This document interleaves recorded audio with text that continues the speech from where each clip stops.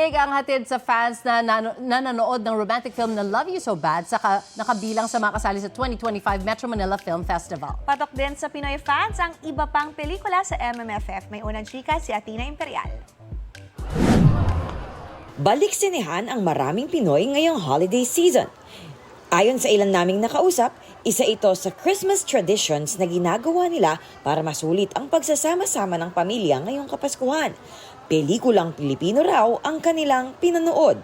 Mas naiintindihan mo, mas nararamdaman mo yung pelikulang pinanonood mo. Kasi kauuwi niya lang galing ibang bansa. Gusto niyang mapil yung presence ng Christmas. Miss niyo po ba yung mga pelikulang Pinoy? Na-miss ko lalo kasi sa abroad wala namang palabas na Pilipino eh. Ano yung family bonding po namin talaga. Taon-taon naman talaga ito namin ginagawa.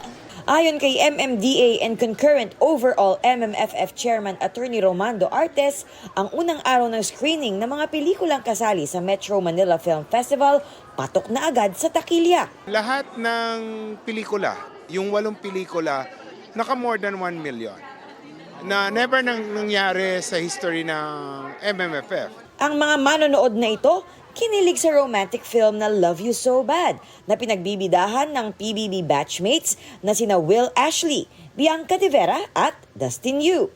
Nalito raw sila kung Team Savic sila o Team Lavan. Oo, nakakilig naman talaga siya para sa mga teenager. Parang naging teenager na rin ako.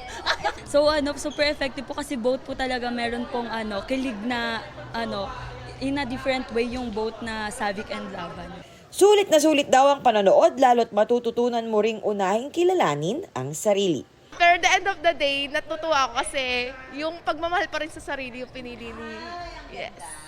Laking pasasalamat naman ng mga bida ng pelikula sa mga natatanggap na papuri sa kanilang pag-arte. Sobrang nakakataba po ng puso na nagustuhan talaga nila yung pelikula. Kasi hindi lang po siya tungkol sa pagmamahal sa isang tao.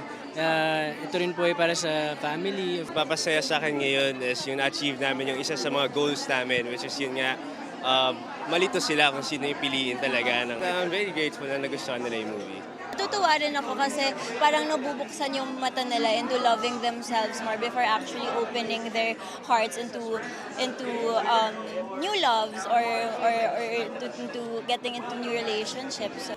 Ito ang unang balita, Athena Imperial para sa GMA Integrated News.